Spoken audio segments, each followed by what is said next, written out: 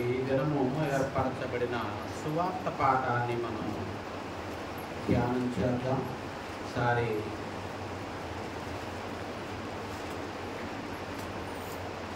ఇదే సందర్భాన్ని మత్తయి సువార్తలో కూడా 4వ అధ్యాయంలో మనం చూస్తాం. మత్తయి సువార్త 4వ అధ్యాయము మొదటి 11 వచనాలలో ఈ సందర్భం వ్రాయబడింది. యేసు ప్రభువారు యోర్దాను నదిలో బాప్తిస్మం పొందాడు. యేసు ప్రభువారు యోర్దాను నదిలో బాప్తిస్మం పొంది ఒడ్డునకు వచ్చినప్పుడు ఏమైంది? యేసు ప్రభువారు బాప్తిస్మం పొంది ఒడ్డునకు వచ్చినప్పుడు ఆయన దేవుని ఆత్మతో ఏమయ్యాడు? నింపబడ్డాడు. ఆయన దేవుని ఆత్మతో నింపబడ్డాడు. ఆ ఆత్మ ఆయనను ఎక్కడికి తీసుకువెళ్ళింది? ఆ ఆత్మ ఆయనను అరణ్యములోనికి తీసుకుని వెళ్ళింది. ఆయన అక్కడ 40 దినాలు, ఆయన 40 పగళ్ళు 40 రాత్రులు అపవాది చేత శోధింపబడుతూ అడవి మృగముల మధ్య ఉన్నాడు అని మార్కు సువార్తికుడు 1:13లో రాస్తూ ఉన్నాడు. సరే, మార్కు సువార్తికు 1:13లో ఆయన సాతాను చేత శోధింపబడుచు అరణ్యములో 40 దినములు అడవి మృగములతో కూడా ఉండెను. దేవదూతలు ఆయనకు ఏం చేశారట? పరిచర్య చేశారు.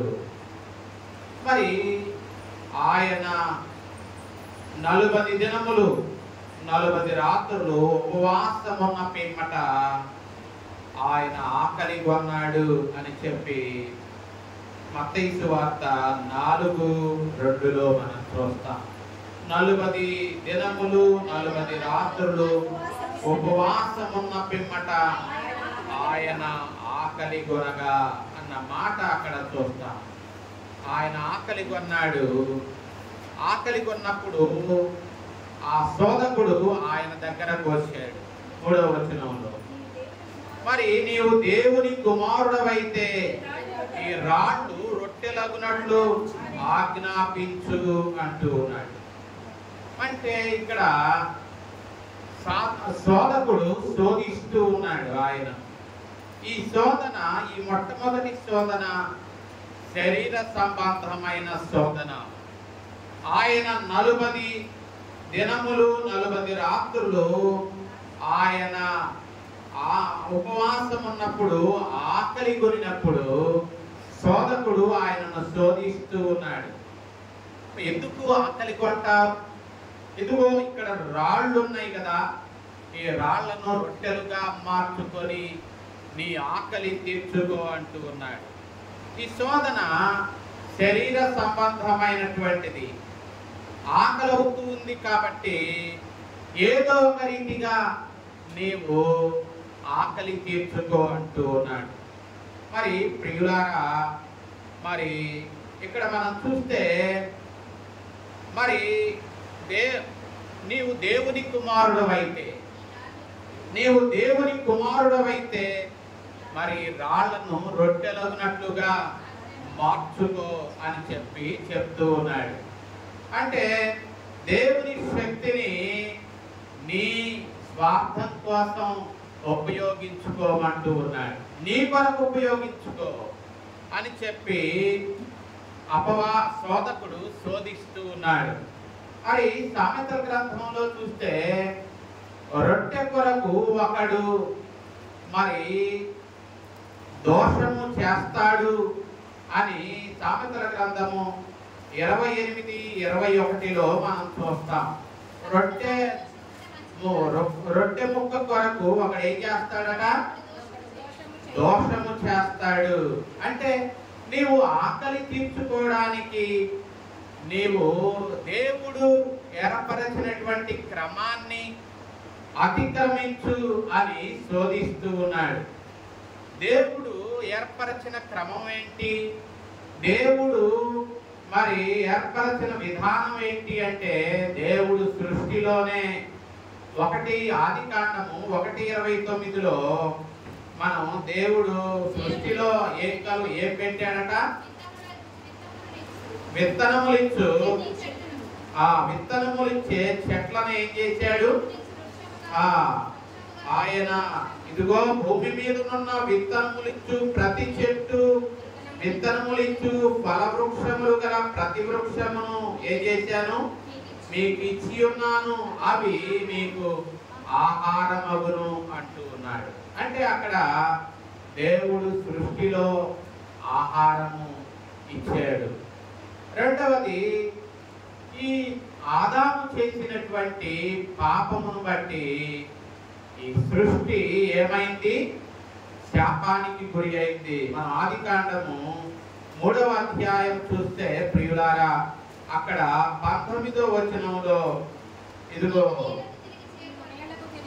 నీవు నేలకు తిరిగి చేరు వరకు నీ ముఖపు చెమటను కార్చి ఆహారము తిందువు. అంటే ప్రియులారా, నేల కూడా ఏమైంది, 17వ వచనంలో నీ నిమిత్తము నేల శపింపబడ్డది. చూసారా, ప్రయాసముతో నీవు బ్రతుకు దినములన్నీ దాని పంటను తింటావు. అంటే చెమటోడ్చి నీవు పంట పండించి నీ ఆకలిని తీర్చుకుంటావు అని చెప్పి ఇక్కడ దేవుడు చెబుతూ ఉన్నాడు. అంటే దేవుడు సృష్టిలో మొదట ఆహారము ఇచ్చాడు. ఆ తరువాత వారు చేసిన అతిక్రమాన్ని బట్టి భూమి తన సారాన్ని పోగొట్టుకుంది, నేల శపించబడింది. మరి నేలలో రక్షపదలు, ముళ్ళ తుప్పలు మరి మొలిచిని. కాబట్టి మరి మానవుడు మరి భూమి మరి పంటను తినడానికి మానవుడు ప్రయాసపడాల్సి వచ్చింది. భూమిలోని పంట పండించడానికి అతడు కష్టపడాల్సి వచ్చింది, ప్రయాసపడవలసి వచ్చింది. కాబట్టి అది కష్టపడి ఆకలి తీర్చుకోమన్నాడు దేవుడు. నీవు కష్టపడి పంట పండించి మరి నీ ఆకలి తీర్చుకో అని దేవుడు ఒక విధానాన్ని మానవునికి ఏర్పరిచాడు. మరి శరీరము ధరించినటువంటి ప్రతి ప్రాణికి కూడా దేవుడు ఏం కలుగజేశాడు, ఆకలిని కలుగజేశాడు. ఆకలి లేని ప్రాణి ఏదీ లేదు. ప్రతి ప్రాణికి కూడా, శరీరం ఉన్న ప్రతి ప్రాణికి కూడా ఏముంటది, ఆకలి అనేది ఉంటది. ఆకలి తీర్చడానికి దేవుడు ఆహారాన్ని కూడా ఇచ్చాడు. మనం ఆదికాండములోనే 9వ అధ్యాయములో చూస్తే అక్కడ 3వ వచనంలో ప్రాణము గల సమస్త చరములు నీకేమవుతాయి, ఆహారమగును. పచ్చని కూర మొక్కలనిచ్చినట్లు వాటిని నీకు ఇచ్చుచున్నా. పచ్చని కూర మొక్కలను దేవుడు ఆదికాండము 3వ అధ్యాయం దాకా చదువుకున్నా. అక్కడ ప్రతి వృక్ష ఫలము నీకు ఆహారమగును అని ఇందాక చదువుకున్నా. ఇక్కడ మరి ఆయన ఆ పండ్లతో పాటు కూర మొక్కలతో పాటు ఆయన ప్రాణము గల సమస్త చరములను మీకు ఆహారంగా ఇస్తున్నాను అన్నాడు. అంటే ఆయన వెజ్, ఇందాక 3వ అధ్యాయంలో వెజ్ ఇచ్చాడు, ఇక్కడ నాన్ వెజ్ ఇచ్చాడు. రెండు ఇచ్చాడు. మన వెజ్ ఇష్టమైతే వెజ్ తినచ్చు, వెజ్ అంత ఇష్టం లేని వాళ్ళు నాన్ వెజ్ తినచ్చు. రెండింటికి దేవుడు అనుమతి ఇచ్చాడు.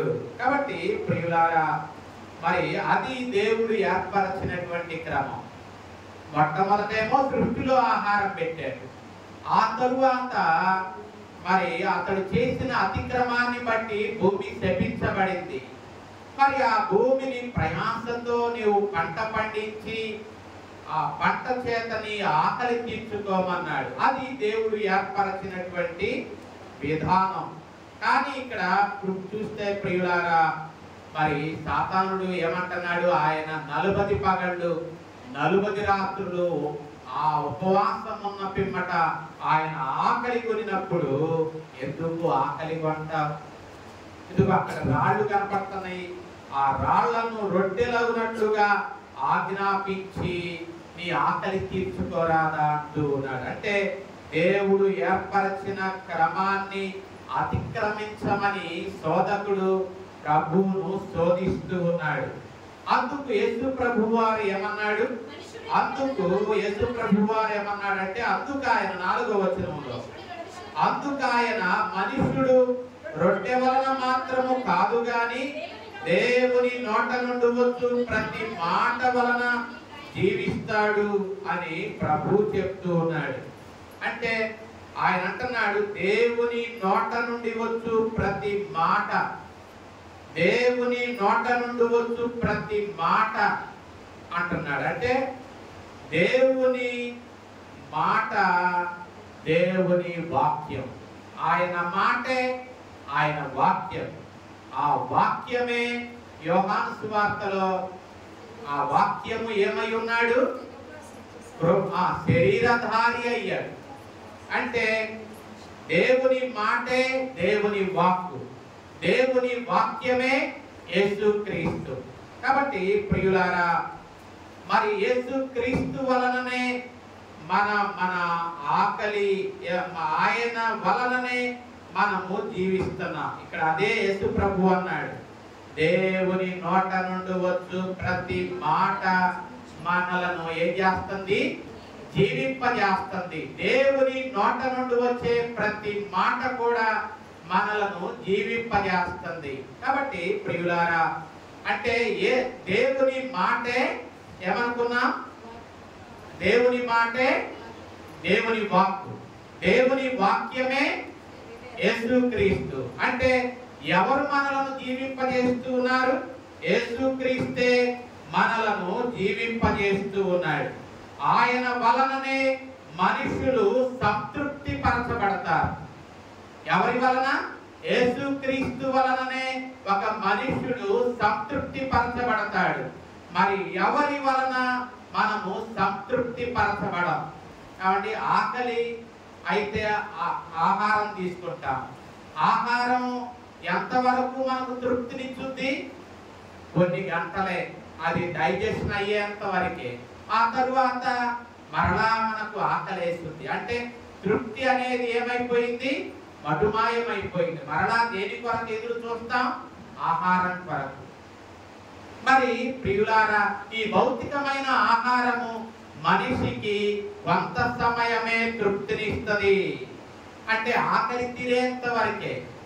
ఏమండి, మనం ఎవరైనా అన్నం పెట్టామనుకోండి, వాళ్ళు కడుపు నిండిన తర్వాత ఏమంటారు?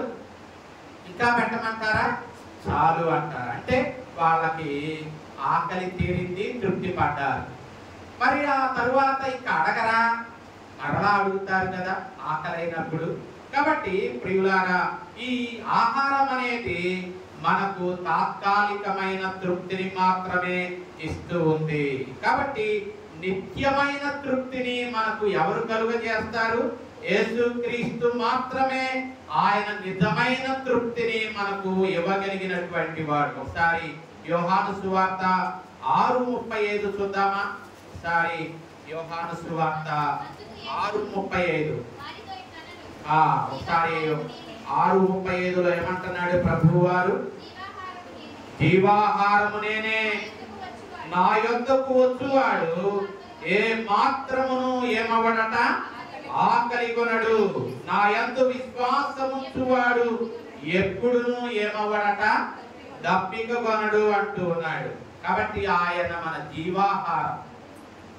ఆ జీవాహారమైనటువంటి ఆయన దగ్గరకు మనం వచ్చినప్పుడు మనము తృప్తిపరచబడతాం. కాబట్టి మనము ఆకలి కొనము, మనము దప్పికు కొనము. ఆయన మాత్రమే మనకు సంతృప్తిని ఇవ్వగలిగినటువంటి వాడు. మరి ప్రియులారా, ఒక సందర్భాన్ని మీకు తెలియజేస్తా. ఇశ్రాయేలీయులు 40 సంవత్సరాలు వారు ఐగుప్తులో నుండి ఎర్ర సముద్రము దాటి అరణ్యములో ప్రయాణం చేస్తూ ఉన్నప్పుడు వారు దేని చేత దేవుడు వారిని పోషించాడు? మన్నా చేత. ఆకాశము నుండి మన్నాను కురిపించాడు. ఎన్ని సంవత్సరాలు? 40 సంవత్సరాలు ఆయన వారికి మన్నాను ఇచ్చాడు. వారు కష్టపడకుండానే, ఏమండి, వాళ్ళు పంట వేయలేదు, కోయలేదు, నూర్చుకోలేదు. కష్టపడకపోయినా వారికి దేవుడు ఉచితంగా ఏమిచ్చాడు? ఆహారం ఇస్తే వాళ్ళకు తృప్తి ఉందా? ఏమన్నారు? సవిసారము లేని ఈ మన్నా మాకు ఏమైంది? అసహ్యమైంది అన్నారు. ఏమన్నారు? సవిసారము లేని మన్నా. ఏదైనా ఉచితంగా ఇస్తే దాని విలువ మనకు తెలియదు. ఏమండి? ఏదైనా ఉచితంగా ఇస్తే దాని విలువ ఎంత మాత్రం తెలియదు. అందుకనే మన సంస్థ వాళ్ళు ఎక్కడైనా మందిరం కట్టాలన్నా ఏదైనా చేయాలంటే సంఘం కొంత భరించండి, తర్వాత సంస్థ కొంత ఇస్తుంది అంటారు. దాని ఉద్దేశంలో సంస్థ అంతా ఇవ్వలేదని కాదు. సంస్థ ఇచ్చింది అనుకోండి, దాని విలువ మనకు తెలియదు. ఈనాడు కొన్ని మందిరాలు ఎవరో వచ్చి కట్టి వెళ్ళి IRF మందిరాలు వాళ్ళు సంఘంతో ఒక పైసా ఖర్చు లేకుండా కట్టి వెళ్ళిపోయారు. ఈనాడు IRF మందిరాలు మీరు ఎక్కడన్నా చూస్తే ఎలా ఉన్నాయండి? ఆ మందిరాల్లో గొర్రెలు ఉన్నాయి, ఆ మందిరాలు పాడైపోయి ఉన్నాయి. అంటే దాని అర్థం ఏంటంటే ఏదైనా ఒక దానిని మన రూపాయి ఉంటే దాని విలువ మనకు తెలుస్తుంది. అది ఎవరో కట్టి వెళ్ళారనుకోండి, దాని విలువ మనకి తెలియదు. కాబట్టి ప్రియులారా, ఇక్కడ కూడా మరి ఇశ్రాయేలీయులు 40 సంవత్సరాలు దేవుడు వారికి ఉచితంగా మన్నాను ఇస్తే వారు ఆ మన్నాను ఏమన్నారు? సవిసారము లేని ఆహారం అన్నారు. అంటే వాళ్ళకు తృప్తి అనేది లేదు. ఇశ్రాయేలీయులకు తృప్తి లేదు. నీళ్ళు ఇచ్చినా తృప్తి, ఏమండి, నీళ్ళు ఇచ్చాడు ఆయన. బండలో నుండి సమృద్ధి అయిన నీటిని ఇచ్చాడు. మాంసం కావాలంటే ఏమిచ్చాడు? మాంసం కూడా ఇచ్చాడు కదా. వాళ్ళు ఆ మాంసం తిని అసహించుకునేంత వరకు వారికి మాంసం ఇచ్చాడు. అయినా వాళ్ళకేమి లేదు. 78వ కీర్తన మీరు జాగ్రత్తగా చదివితే, తర్వాత చదవండి. వాళ్ళకి ఇన్ని చేసిన వాళ్ళు వాళ్ళ జీవితాలలో ఏమీ లేదు, తృప్తి అనేది లేదు వాళ్ళకి. మరి ఇశ్రాయేలుల చరిత్ర అటు ప్రక్కన పెట్టండి. తరువాత మనం ఒక రాజును మనం చూస్తాం. ఆ రాజు అయినటువంటి సొలొమోను బల్ల యొద్ద ఒకసారి రాజుల మొదటి గ్రంథం చూద్దాం. రాజుల మొదటి గ్రంథములో, రాజుల మొదటి గ్రంథము 4వ అధ్యాయము 22వ వచనంలో సొలొమోను భోజనపు బల్ల దగ్గర ఎటువంటి ఆహారం ఉందట? ఒక్కొక్క దినానికి సొలొమోను భోజనపు సామాగ్రి ఎంత అనగా 600 తూముల సన్నపు గోధుమ పిండి, 1000 అంటే 1200 తూముల ముతక పిండి, క్రొవ్విన ఎడ్లు ఎన్నండి 10, విడి ఎడ్లు 20, గొర్రెలు 100 గొర్రెలు, ఇవిగాక ఎర్ర దుబ్బులు, జింకలు, క్రొవ్విన బాతులు ఆ భోజనపు బల్ల దగ్గరకు ఏం చేయబడి సిద్ధపరచబడి తీసుకురాబడ్డాయి. అయినప్పటికీ సొలొమోను తృప్తుందా? సొలొమోనుకు మనం ప్రసంగి గ్రంథం చూస్తే ఏమంటున్నాడు? వ్యర్థము అంటున్నాడు. అంటే ఈ భౌతికమైనటువంటి ఆహారము మనుషునికి ఏమి ఇవ్వలేదు? తృప్తిని ఇవ్వలేదు. మరి ప్రియులారా, మరి ఎవరు తృప్తిని ఇవ్వగలరు? ఇందాక మనం యోహాను సువార్తలో చదువుకున్నాం కదా, 6:35లో జీవాహారము నేనే, నా యందు విశ్వాసముంచువాడు దప్పిక కొనడు, ఆకలి కొనడు. అంటే ఆయన యందు విశ్వాసముంచిన వాడు ఆకలి తీర్చబడుద్ది. ఆయన యందు విశ్వాసముంచిన వానికి దప్పిక తీర్చబడుద్ది. కాబట్టి ప్రభునందు ప్రియులారా, మరి యేసు ప్రభు అన్నాడు, ఆహారమే మిమ్మల్ని బ్రతికించదు అన్నాడు. అది వాస్తవమేనా? ఆహారమేనా మనల్ని బ్రతికించేది? దేవుని నోట నుండి వచ్చు ప్రతి మాట మనలను జీవింపజేస్తుంది. ఒకసారి మరి మనం చూస్తే మోషే మరి ఆజ్ఞలు కలిగినటువంటి పలకలను తీసుకుని రావడానికి ఎక్కడికి వెళ్ళాడండి? సీనాయి పర్వతం మీదకి వెళ్ళాడు. సీనాయి పర్వతం మీద ఎన్ని దినాలున్నాడు? ఎన్ని దినాలండి? 40 దినాలు ఉన్నాడు. రాత్రింబవళ్ళు 40 దినాలు ఉన్నాడు. మరి 2 సార్లు జరిగింది ఈ సంఘటన. ఒకసారి తీసుకొచ్చి పలకలను పగలగొట్టాడు. ఇశ్రాయేలీయులు కిందకు వచ్చేసరికి వారు దూడను చేసుకొని ఇదే మా దేవుడు అంటున్నప్పుడు కోపముతో పగలగొట్టాడు ఆ పలకలను. ఆ తర్వాత దేవుడు మరలా రమ్మన్నాడు. రెండవసారి కూడా 40 దినాలు దేవునితో ఉండడానికి వెళ్ళాడు. 2 సార్లు అంటే 80 రోజులు, 41 ఈ దినాలలో మోషే కూడా మరి అతడు ఆహారము లేదు. ఒకసారి ద్వితీయోపదేశ కాండము 9:9 చూద్దామా? ఒకసారి ద్వితీయోపదేశ కాండము 9వ అధ్యాయము. అక్కడ మనం చూస్తే ఆ రాతి పలకలు అనగా యెహోవా మీతో చేసిన నిబంధన సంబంధమైన పలకలను తీసుకొనుటకు నేను కొండకెక్కినప్పుడు అన్నపానములను మాని ఆ కొండ మీద ఎప్పుడట 40 పగళ్ళు 40 రాత్రులుంటిని అన్నాడు. చూసారా? అన్నపానములు మాని ఎన్ని దినాలు? 40 పగళ్ళు 40 రాత్రులు ఉంటిని.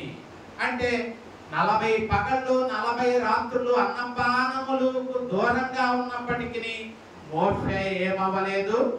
చనిపోయాడా? మోషేను బ్రతికించింది ఆ 40 దినాలు ఏంటి? దేవుని మాటే బ్రతికించింది మోషేని. కాబట్టి అతడు దేవుని మాట బ్రతికించింది కాబట్టి ఆకలి కొనలేదు, దప్పిక కొనలేదు. ఇంకా విచిత్రమేందో తెలుసా? అతని ముఖము ఏమైందట? 40 దినాలకి ఏమైంది? ఆయన కొండ దిగి వచ్చుచుండగా ఆయన ముఖమును ఇశ్రాయేలీయులు చూచినప్పుడు ఆయన ముఖ చర్మము ఏమైంది? ప్రకాశించింది. మనం 1 రోజు 2 రోజు మహా అయితే 2 రోజుల తర్వాత మన ముఖం ఏమవుద్ది? అన్నం తినపోతే యాలుగులు పడతాం కదండి. మరి 40 దినాలు ఆయన అన్నపానములు ముట్టకుండా దేవునితో ఉండి కొండ దిగి వస్తూ ఉన్నప్పుడు ఆయన ముఖం యాలుగులు పడలేదట. ఏమైంది? ఆయన ముఖము ప్రకాశించినట్లుగా దేవుని వాక్యం చూస్తున్నాం. అంటే మనుష్యుణ్ణి బ్రతికించేది ఆహారము కాదు, మనుష్యుణ్ణి బ్రతికించేది ఏంటి? దేవుని మాటే మనలను బ్రతికిస్తూ ఉంది. ఒకసారి ప్రియులారా, యోహాను సువార్త 6వ అధ్యాయంలో మనం చూస్తే 6:49లో మనం చూస్తే ప్రియులారా, మీ పితరులు అరణ్యములో మన్నాను తినను ఏమయ్యారు? చనిపోయిరి అంటున్నాడు అక్కడ. మరి 51వ వచనంలో అంటున్నాడు, పరలోకము నుండి దిగి వచ్చిన జీవాహారము నేనే, ఎవడైనను ఈ ఆహారము భుజించితే వాడెల్లప్పుడూ ఏమవుతాడు? జీవిస్తాడు. చూచారా ప్రియులారా, దేవుడు మనలను పితరులు అరణ్యములో ఏం తిన్నారు? మన్నాను తిన్నారు. మన్నా తినినటువంటి ఇశ్రాయేలీయులు ఏమైపోయారు? 40 సంవత్సరాలు తిన్నారు. అయినప్పటికీ ఏమయ్యారు? చనిపోయారట. 51వ వచనంలో ఆయన అంటున్నాడు, పరలోకము నుండి దిగి వచ్చిన జీవాహారము నేనే, ఎవడైనను ఈ ఆహారము భుజించితే వాడు ఎల్లప్పుడూ ఏమవుతాడు, జీవిస్తాడు అంటూ ఉన్నాడు. ప్రియులారా, మరి అక్కడ వాళ్ళు తిన్నారు, తిన్నప్పటికీ ఏమయ్యారు, మరణించారు. ఇక్కడ మరి యేసు ప్రభువు అంటున్నాడు, మీరు తినండి, వాళ్ళు మరణించినట్లు మీరు మరణించరు, మీరేమవుతారు, మీరు వాళ్ళు మరణించినట్లు మరణించరు, మీరు జీవిస్తారు అంటున్నాడు. కాబట్టి ప్రియులారా, మరి యెహెజ్కేలుతో కూడా దేవుడు చెప్పాడు ఏమని, ఒకసారి యెహెజ్కేలు గ్రంథంలో కూడా 3వ అధ్యాయం చూద్దాం. ఒకసారి 3వ అధ్యాయములో యెహెజ్కేలును దేవుడు ఏమని తినమని యెహెజ్కేలు గ్రంథము 3వ అధ్యాయంలోనికి వెళితే అక్కడ యెహెజ్కేలుతో దేవుడు మాట్లాడుతూ ఏమన్నాడు, 3వ అధ్యాయములో మొదటి నుండి మనం చూస్తే, నరపుత్రుడా, నీకు కనబడిన దానిని భక్షించు, అంటే తిను, ఈ గ్రంథమును భక్షించి ఇశ్రాయేలీయుల యొద్దకు పోయి వారికి ప్రకటన చేయి. నేను నోరు తెరువగా, యెహెజ్కేలు ఏం చేశాడట, దేవుడు భక్షించు, ఈ గ్రంథాన్ని భక్షించు అన్నప్పుడు యెహెజ్కేలు నోరు తెరిచి ఆ గ్రంథమును ఏం చేశాడు, ఆ నోరు తెరువగా ఆయన గ్రంథమును యెహెజ్కేలు చేత ఏం చేశాడు, తినిపించాడు. నరపుత్రుడా, నేను ఇచ్చుచున్న ఈ గ్రంథము ఆహారముగా తీసుకుని దానితో నీ కడుపు నింపుకొనుమని నాతో సెలవీయగా, యెహెజ్కేలు ఆ గ్రంథమును ఏం చేశాడు, తిన్నాడు. అది నోటికి ఎలా ఉందట, తేనె వలె మధురంగా ఉంది. కాబట్టి ప్రియులారా, మరి దేవుని మాటలు మధురమైనటువంటి, ఆయన మాట మధురమైనది. అందుకనే కీర్తనాకారుడు అంటాడు, నీ వాక్యము జుంటె తేనె ధారల కంటేను ఎటువంటిది, మధురమైనది, దాని చేత నీవు నన్ను తృప్తిపరుస్తూ ఉన్నావు అంటూ ఉన్నాడు. కాబట్టి ప్రియులారా, మరి మొట్టమొదటి శోధన శరీర సంబంధమైన శోధన. ఆ శోధన యేసు ప్రభువారు అంటున్నాడు, రాళ్ళు రొట్టెలగునట్లు చేయమని చెప్తూ ఉన్నావు. రొట్టె మాత్రమే మనుష్యుణ్ణి బ్రతికించదు గాని మనుష్యుణ్ణి బ్రతికించేది ఏంటి, దేవుని మాట. మనుష్యుణ్ణి తృప్తిపరచేదేంటి, దేవుని మాట. ఇశ్రాయేలీయులు మరి మన్నాను తినినా వారు తృప్తిపరచబడలేదు. సొలొమోను బల్ల ఎదుట పలు విధములైన భోజన పదార్థములు ఉన్నప్పటికీ అతడు తృప్తి చెందనటువంటి జీవితము కలిగి ఉన్నాడు. కాబట్టి ప్రియులారా, మరి ఇక్కడ అంటున్నాడు, ఆయన మాటే మనలను తృప్తిపరచుతుంది. ఇంకా రెండవ రీతిగా సాతానుడు శోధిస్తూ ఉన్నాడు. ఒకసారి మత్తయి సువార్త 4వ అధ్యాయములో 5 నుండి 7 వచనాలు మనం చూస్తే, ఇప్పుడు అపవాది ఏం చేశాడు, ఆయన పరిశుద్ధ పట్టణమునకు తీసుకొని పోయి దేవాలయ శిఖరమున నిలువబెట్టి, నీవు దేవుని కుమారుడవైతే ఏం చేయమంటున్నాడు, క్రిందికి దూకు, ఆయన నిన్ను గూర్చి తన దూతలకు ఏం చేస్తాడు, ఆజ్ఞాపించును, నీ పాదం ఎప్పుడైనాను రాతికి తగలకుండా వారు నిన్ను చేతులతో ఎత్తుకొందురు అని వ్రాయబడి ఉన్నదని ఆయనతో చెప్పాడు. ఇది రెండవ శోధన. మరి అపవాది ఆయనను ఎత్తైన ఏం చేశాడు, ఎత్తైన చోటికి, దేవాలయ శిఖరమున నిలువబెట్టాడు. అంటే దేవుడున్నటువంటి స్థలము కంటే ఎత్తైన స్థలములో ఆయన నిలువబెట్టాడు. ఆయన వెళ్ళల, ఆ ఎత్తైన శిఖరం మీదకి ఆయన వెళ్ళలేదు గాని అపవాది ఆయనను తీసుకొని వెళ్ళాడు. వెళ్ళి దేవాలయ శిఖరం మీద నుండి ఏం చేయమంటున్నాడు, దూకమంటున్నాడు. దేవాలయ శిఖరం మీద నుండి దూకు. ఒకవేళ నువ్వు దూకినా ఇందాక 91వ కీర్తన మనం చదువుకున్నాం కదా. ఆ 91వ కీర్తనలోని మాటలను ఇక్కడ సాతానుడు ఉపయోగించుకుంటున్నాడు. ఒకవేళ నీవు దూకినా దేవుడు తన దూతలకు ఆజ్ఞాపించి ఏం చేస్తాడు, నీ పాదములకు రాయి తగులకుండా వారు నిన్ను చేతులతో ఎత్తుకుంటారు అని వ్రాయబడింది కదా. ఆ మాట నీ పట్ల దేవుడు నెరవేరుస్తాడు. ఒకసారి దూకు అని చెప్పి సాతానుడు ఏం చేస్తున్నాడు, శోధిస్తూ ఉన్నాడు. కాబట్టి ప్రియులారా, ఇక్కడ ఈ శోధనలో మనము ఏమి నేర్చుకుంటూ ఉన్నామంటే, ఆయన దేవాలయ శిఖరం మీద నుండి దూకవలసిన అవసరం ఉందా?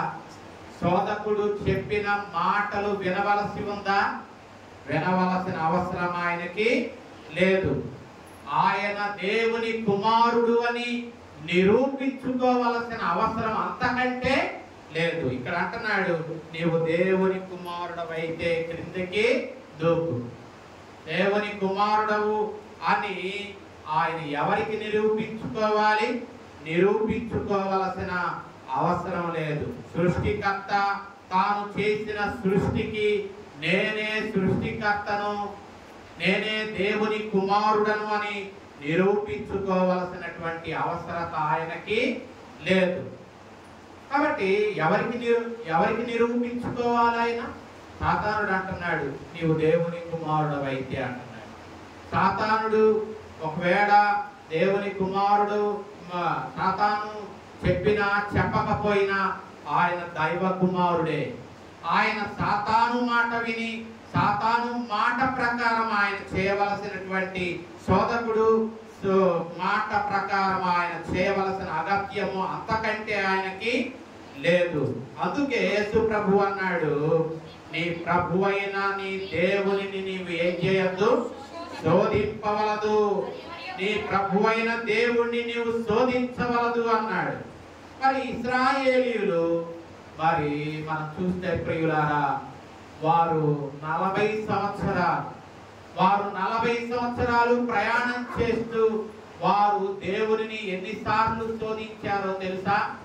10 సార్లు వాడు దేవునిని శోధించారు. ఆయన నీళ్లు ఇప్పించగలుగుతాడా అని శోధించారు. ఆయన మాకు ఆహారమును ఇవ్వగలడా అని శోధించారు. ఆయన మాకు మాంసమును ఇవ్వగలడా అని శోధించారు. ఆ రీతిగా పలు విధాలుగా ఇశ్రాయేలీయులు ఆయనను ఏం చేశారు, శోధించారు. కాబట్టి ప్రియులారా, మనం దేవుణ్ణి శోధించకూడదు. మరి దేవుణ్ణి శోధకుడులాగా మనం శోధించకూడదు. దేవునికి మనం పరీక్ష పెట్టకూడదు. ఆయన మనలను మరి పరీక్ష పెడతాడే గాని మనం ఆయనను పరీక్షించకూడదు. మరి ఈ శోధన కూడా మరి ప్రభు ఏమంటున్నాడంటే, నీ ప్రభు అయినది నీ ప్రభు శోధకుడిని అంటున్నాడు. నీకు ప్రభు ఎవరు? నేనే. నీ ప్రభువును నీవేం చేయకూడదు, శోధింపకూడదు అని చెప్పి ఆయన ఆ శోధనను కూడా ఏం చేశాడు, జయించాడు. ఆ తరువాత 3వ శోధన మనం చూస్తాం.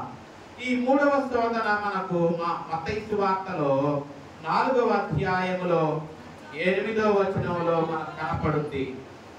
అక్కడ ఆయన అపవాది ఏం చేశాడట, మిగుల ఎత్తైన కొండ మీదికి ఆయనను తోడుకొని పోయి ఈ లోకరాజ్యములన్నింటినీ వాటి మహిమను ఆయనకు చూపి, నీవు సాగిలపడి నాకు నమస్కారం చేసిన ఎడల వీటన్నింటినీ నీకు ఇచ్చేదను అంటూ ఉన్నాడు. ఇదే మాటలు మరి లూకా సువార్తలో చూస్తే ఇంకొంచెం వివరంగా మనకు అక్కడ లూకా సువార్తికుడు రాశాడు.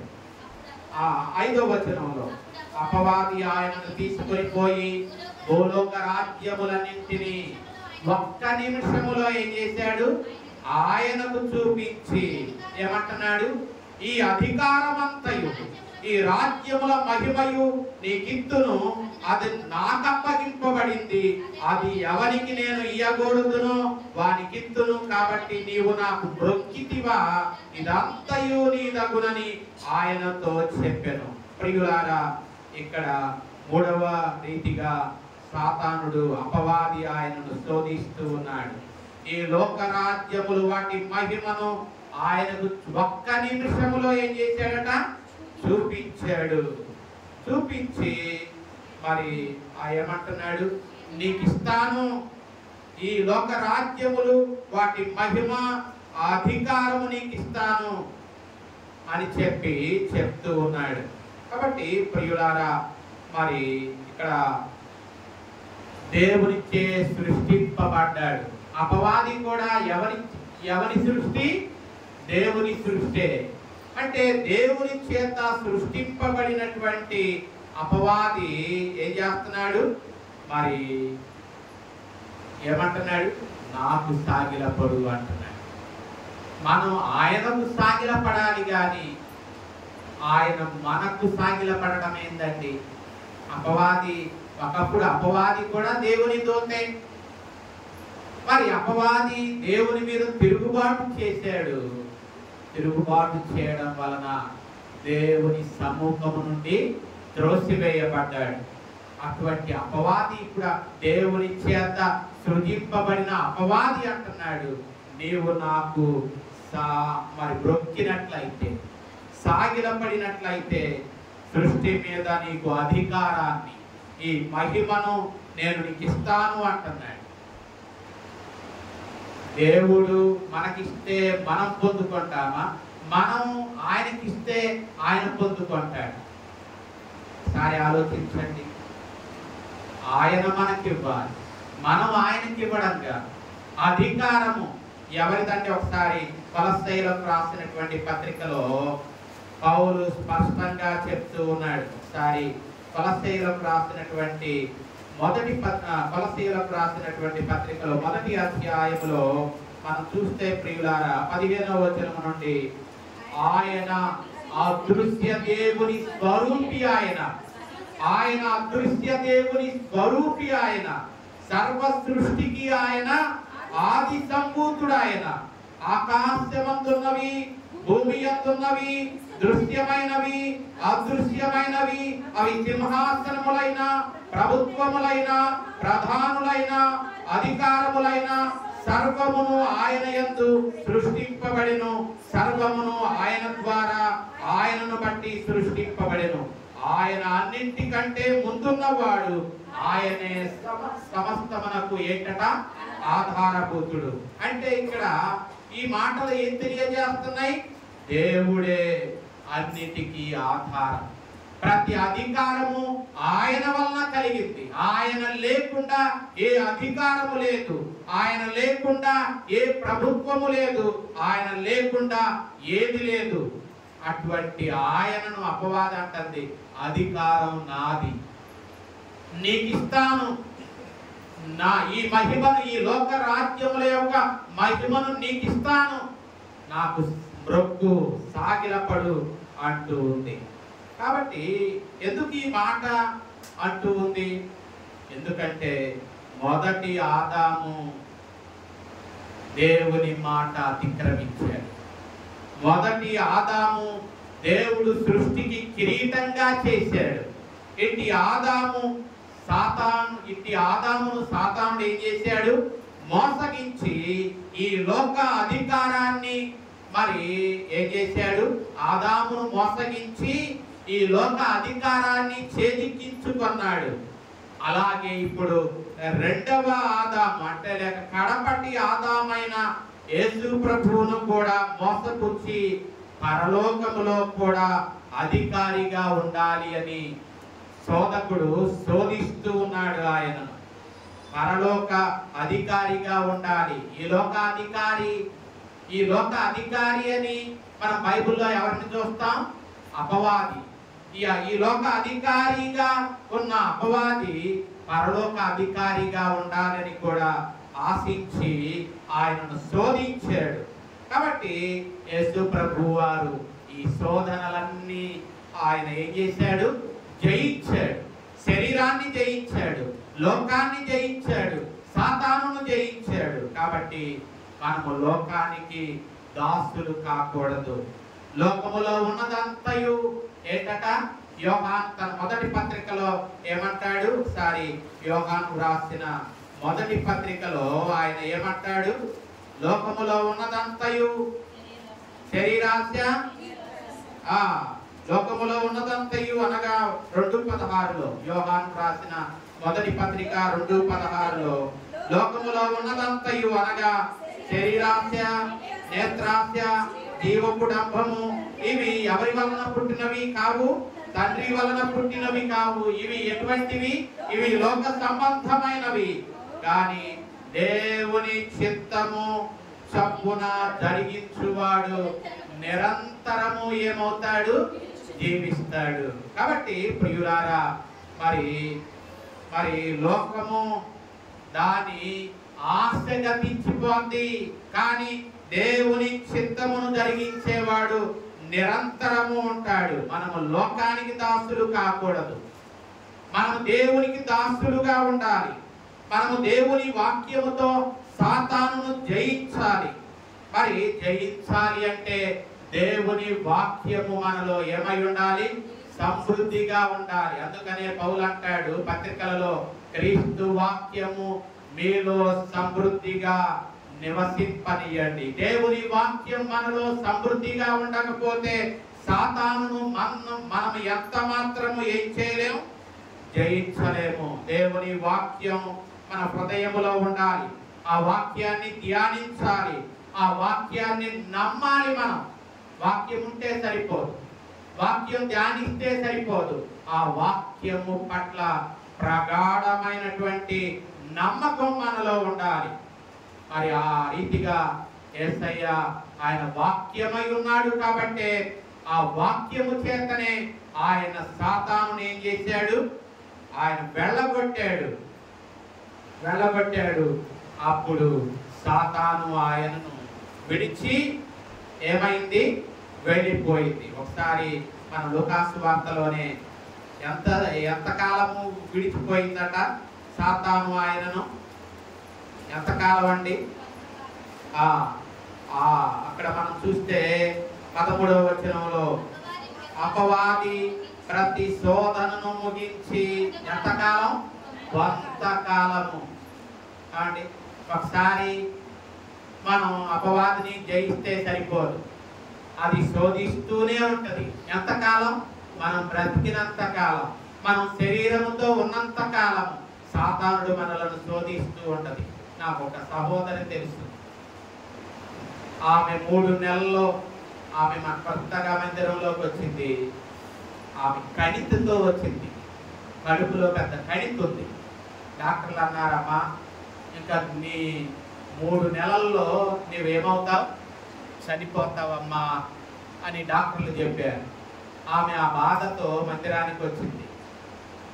చెప్పింది తన బాధను. ప్రార్థన చేశాం. మరి ఆమె ఆ కణితితోనే ఇప్పుడు ఎన్నో సంవత్సరమో తెలుసా? 3 నెలలలో చనిపోతావు అన్న ఆమె ఇప్పుడు 20వ సంవత్సరం ఆమె జీవిస్తూ ఉంది. 20వ సంవత్సరం ఆమె మరి కాకాణి దగ్గర స్వస్తిక్ అనే హాస్పిటల్లో ఆమె జాయిన్ అయింది. మరలా ఆమె బాధతో ఫోన్ చేసిందయ్యా, మరి నాకు పసికిర్లైని తగ్గటం లేదు, డాక్టర్లకే అంతుపట్టడం లేదు, లివర్ ఫంక్షనింగ్ బాగుంది, అన్ని అవయవాలు ఫంక్షనింగ్ బాగుంది, మరి డాక్టర్లకు కూడా ఎన్నో పరీక్షలు చేశారు, ఏమీ లేదంటున్నారు, కానీ పసికిర్లు మాత్రం ఏమవటంలా తగ్గటం లేదయ్యా. నాకు ఒక విషయం గుర్తొచ్చింది. నేను ప్రార్థనకు రాకముందు నేను అక్కడక్కడ కొన్ని మొక్కులు ఏం చేశాను? బ్రొక్కుకున్నాను. ఆ తర్వాత ప్రార్థనకు వచ్చాను. మీకు చెప్పాను. మీరేమన్నారంటే, అయ్యా ఆ బ్రొక్కులు నువ్వు ఇక బ్రొక్కులు తీర్చాల్సిన పని లేదు, యేసయ్యే నీ రుణమంతా యేసయ్య తీర్చాడు, ఇక నువ్వు ఏం చేయాల్సిన పని లేదు, నువ్వు ఏమి తీర్చాల్సిన పని లేదు, నువ్వు తీర్చలేని దానిని ప్రభువు నీ నిమిత్తము తీర్చాడు అని చెప్పారయ్యా. అప్పటి నుండి ఆ భక్తులు నేను చెల్లించలేదు. ఇప్పుడు అపవాది రాత్రిపూట నాకు జ్ఞాపకం చేస్తున్నాడు. ఏమని? ఆ మొక్కులు తీర్చలేదుగా, అక్కడ ఫలానా దగ్గర నువ్వు ఆ మొక్కుకున్నావుగా, ఇప్పుడు ఇక్కడ ఇంకో చోట ఈ మొక్కు ఉందిగా, 3 చోట్ల ఉందయ్యా, ఇప్పుడు మేము తీర్చమంటావా వద్దయ్యా అంటది. ఏమంటది? తీర్చమంటావా వద్దా? అలాగూ శోధిస్తాడు అపవాది, అలాగూ శోధిస్తాడండి. మన బలహీనత వచ్చినప్పుడు మనం మరి ఎటువంటి పరిస్థితి పాల్గొన్నప్పుడు అపవాది ఏం చేస్తాడు? ఆ స్త్రీని శోధించినట్లే శోధిస్తాడు. దేవుడు నమ్ముకున్నావుగా, ఇన్ని సంవత్సరాలు బ్రతికించాడు ఆయన ఆమెను. 20 సంవత్సరాలు, 3 నెలల్లో చనిపోతుందన్న ఆమెను 20 సంవత్సరాలు బ్రతికించాడు. ఇప్పుడు ఆమె బహుగా బాధపడుతూ ఉంది. ఈ సమయంలో అపవాది ఏం చేస్తున్నాడు? ఆ బాధలో శోధిస్తున్నాడు. ఆమె మరలా అంటుంది, నేను ఏమైపోయినా పర్వాలేదు అయ్యా, నువ్వు నన్ను విడిచిపెట్టకయ్యా, అయ్యా నువ్వు నన్ను విడిచిపెట్టవద్దయ్యా, నా బలము క్షీణించున్నప్పుడు నన్ను విడనాడకయ్యా అని పడుకొని ప్రార్థన చేసుకున్నానయ్యా. ఆ శోధకుడు ఏం చేశాడు? శోధించి ఆ మాటలేనని అనుకుంటే ఆ శోధకుడు ఏమైపోయాడు? కనుమరుగైపోయాడయ్యా. నిజమే, ఎన్ని బాధలు వచ్చినా, ఎన్ని శోధనలు వచ్చినా, అపవాది మనలను ఎన్ని రీతులుగా మనలను శోధించినా, అయ్యా నన్ను విడిచిపెట్టద్దయ్యా అని నీవు మనసారా నీవు అడిగితే, అపవాది శోధనను జయించి ఆమె పోయిన జనవరిలో ఆమె దేవుని ఇట్లాగే మందిరం అందరి ఎదుట అంది, దేవుడు నన్ను 20 సంవత్సరాలు బ్రతికించాడు, 21వ సంవత్సరంలో కూడా బ్రతికిస్తాడు అన్న నమ్మకం నాకుంది. మరలా వచ్చే జనవరికి నేనేం చేస్తాను? మరలా సాక్ష్యం చెబుతానయ్యా అని అందరి ఎదుట చెప్పింది. నేను అన్నాను, నువ్వు అందరి ఎదుట చెప్పావు, దేవుని ఎదుట చెప్పావు, సంఘం ఎదుట చెప్పావు, దేవుడు నిన్ను సిగ్గుపరచడమ్మా. దేవుడు నిన్ను ఏం చేయడు? సిగ్గుపరచడు ఆయన. ఒకవేళ ఏది చేసినా నీవేనయ్యా అని నువ్వు నమ్మకం ఆయన పట్ల ఉంచు. ఆయన అన్నాడు కదా, నమ్ముట నీ వలన అయితే నమ్మువానికి సమస్తము సాధ్యమే. కాబట్టి ప్రియులారా, శోధకుడు ఎన్నో రీతులుగా మనల్ని శోధిస్తాడు. శోధించినప్పటికీ మనం ఆయన మీద, ఒకరి బిడ్డ తల్లి మీద ఆనుకున్నట్లు మనం ఆయన మీద ఆనుకుంటే ఆయన మన పట్ల కార్యాలు చేస్తాడు. ఆనాడు మరి యేసయ్య వాక్యం చేత సాతానును ఆయన జయించాడు. ఆ స్త్రీ కూడా దేవుని మాటలు తలపోసుకుంటూ అపవాది యొక్క శోధనను ఆమె జయించింది. మనం కూడా దేవుని మాటలు ప్రతి రోజు కూడా తలపోసుకుంటూ, అపవాది మనల్ని ఒకవేళ శోధించినప్పుడు దేవుని మాటలతో వారిని ఎదిరించి జయ జీవితము కలిగి ముందుకు సాగుటకు కృపగల దేవుడు మనకు సహాయము చేయునుగాక. ఆ సమస్త జ్ఞానానికి మించిన దేవుని సమాధానాన్ని యేసుక్రీస్తు వలన మన హృదయములకును తలపులకును కావలి ఉండి నడిపించునుగాక.